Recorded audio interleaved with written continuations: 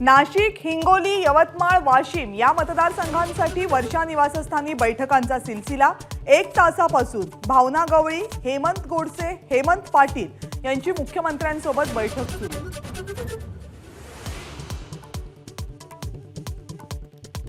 काँग्रेसमध्ये सेक्युलर विचारांचा अतिरेक, माझा कट्ट्यावर संजय निरुपम यांचा काँग्रेस नेत्यांवर निशाणा।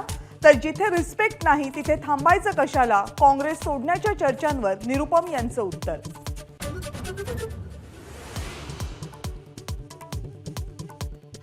मुंबईमध्ये 5ही जागांवर ठाकरेंचे उमेदवार पराभूत होणार, माझा कट्ट्यावर संजय निरुपम यांचा दावा। तर संजय राऊतांनी शिवसेना राष्ट्रवादी काँग्रेस संपवली, आता काँग्रेसही संपवतायत, निरुपम यांची राऊतांसह ठाकरेंवर टीका। उन्मेष पाटील उद्या दुपारी 12 वाजता करणार ठाकरे गटात प्रवेश करण्याची शक्यता। जळगावमधून भाजपनं उमेदवारी नाकारल्यानंतर उन्मेष पाटील नाराज।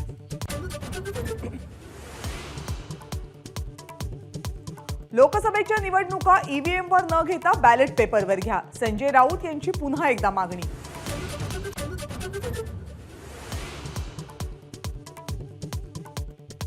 सोलापूर मतदारसंघामध्ये वंचित पाठोपाठ एमआयएम सुद्धा मैदानात उतरण्याच्या तयारीत। माजी आमदार रमेश कदम यांच्याशी एमआयएमची चर्चा, वंचित आणि एमआयएमही उतरली तर काँग्रेसच्या अडचणी वाढण्याची शक्यता।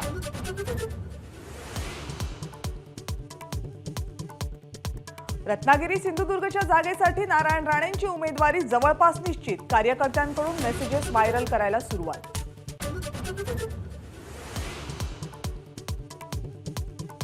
विजय शिवतारेंनी घेतली मुख्यमंत्र्यांची भेट, ठाण्यातल्या निवासस्थानी शिंदे आणि शिवतारेंमध्ये चर्चा।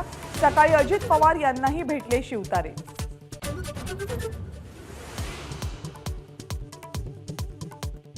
बुलढाण्याचे शिंदे गटाचे उमेदवार प्रतापराव जाधव यांनी भरला उमेदवारी अर्ज, संजय गायकवाड अर्ज मागे घेणार का याकडे लक्ष।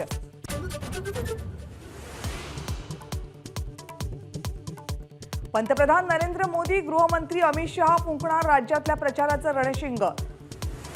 10 आणि 14 एप्रिलला पंतप्रधानांची चंद्रपूरमध्ये सभा, तर 6 एप्रिलला अमित शहांची गोंदियामध्ये सभा।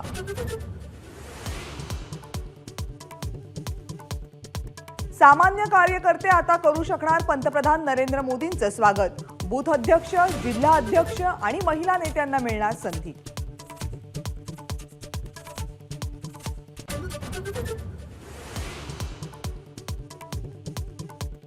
मद्य घोटाळा प्रकरणी आम आदमी पक्षाचे खासदार संजय सिंग यांना जामीन मंजूर, संजय सिंग यांच्या जामिनाला हरकत नाही, ईडीची सर्वोच्च न्यायालयात माहिती।